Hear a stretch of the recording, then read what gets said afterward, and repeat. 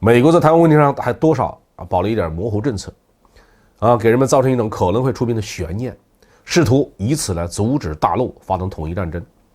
而在乌克兰问题上，美国甚至连模糊政策都不愿意采用了。各位网友大家好，欢迎来到包明说。这期话题我们说的是美国总统拜登劝乌克兰向俄罗斯割让领土了。美国政界在乌克兰问题上是各怀鬼胎。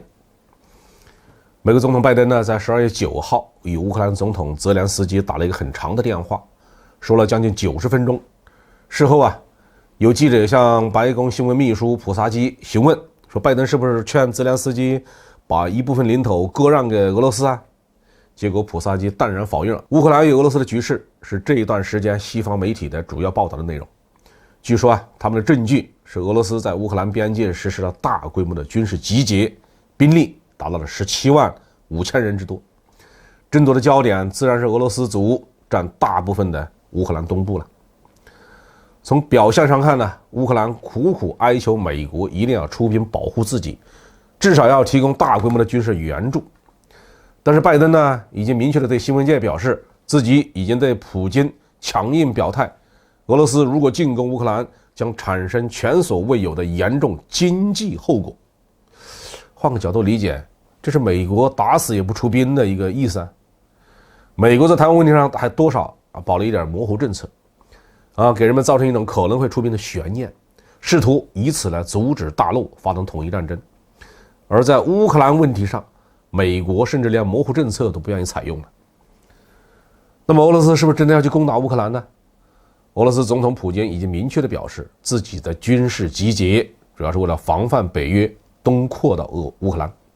如果乌克兰成了北约的成员国，那就可以接纳大规模的北约部队，甚至接纳导弹部队，直接把俄罗斯经济最发达、人口最密集的西部地区纳入了射程。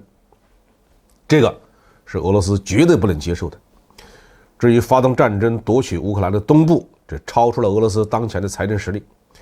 其实从2014年乌克兰内战爆发到现在，俄罗斯一直遵守着俄乌之间的法定边界。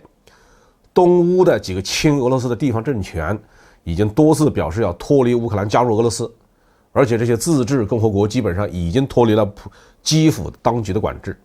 形同独立了。所以我们可以比较有把握地认为，普京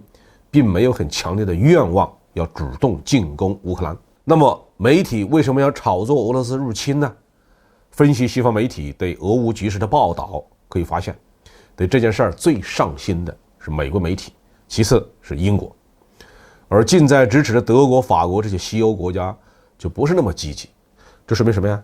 说明最希望俄乌两国打起来的实际上是美英集团。